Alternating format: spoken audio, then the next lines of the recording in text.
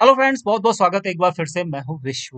तो आज का ये वीडियो है सवाल के जवाब में। सवाल ये है कि अगर हमारे पास माइक्रोसॉफ्ट वर्ड में दो अलग अलग कॉलम है और हम ये चाहते हैं कि दोनों की विड्थ अलग अलग हो, तो हम कैसे करेंगे। यहाँ पर आप देख सकते हैं हमने दो कॉलम लिए हुए हैं। तो अगर हमें विड्थ अलग अलग करनी है या स्पेसिंग बढ़ानी है घटानी है, तो इसके लिए हमको ऊपर के रिबन में लेआउट टैब पे जाना है। ये रहा लेआउट टैब, इस पे क्लिक करिए। उसके बाद यहाँ लेफ्ट साइड में आपको कॉलम्स का ऑप्शन मिलता है। इसके ड्रॉप डाउन पे क्लिक करिए और यहाँ से मोर कॉलम्स पे क्लिक कर दीजिए। तो आप देखेंगे कि कॉलम्स का ये विंडो यहाँ पर ओपन हो गया। अब यहाँ पर सबसे पहले हमें क्या करना है, इक्वल कॉलम विड्थ जो है उसको हट यहाँ से अनचेक कर देना है। यहाँ पे टिक मार्क लगा है, हमने टिक मार्क हटा दिया। अब यहाँ पर देख सकते हैं कि दो कॉलम दिखा रहा है, क्योंकि यहाँ पर दो ही कॉलम है, इसलिए कॉलम टू शो कर रहा है।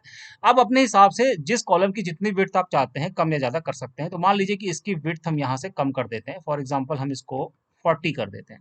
ठीक है, हमने 40 कर दिया।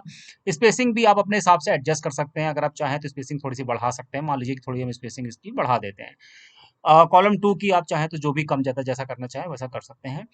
जब आपका यहाँ पे जो भी चेंजेस हैं आपका पूरा हो जाए, तो यहाँ से ओके पे जब आप क्लिक करेंगे तो आप देखेंगे कि यहाँ पे दोनों कॉलम उसी हिसाब से आ गए। ठीक है।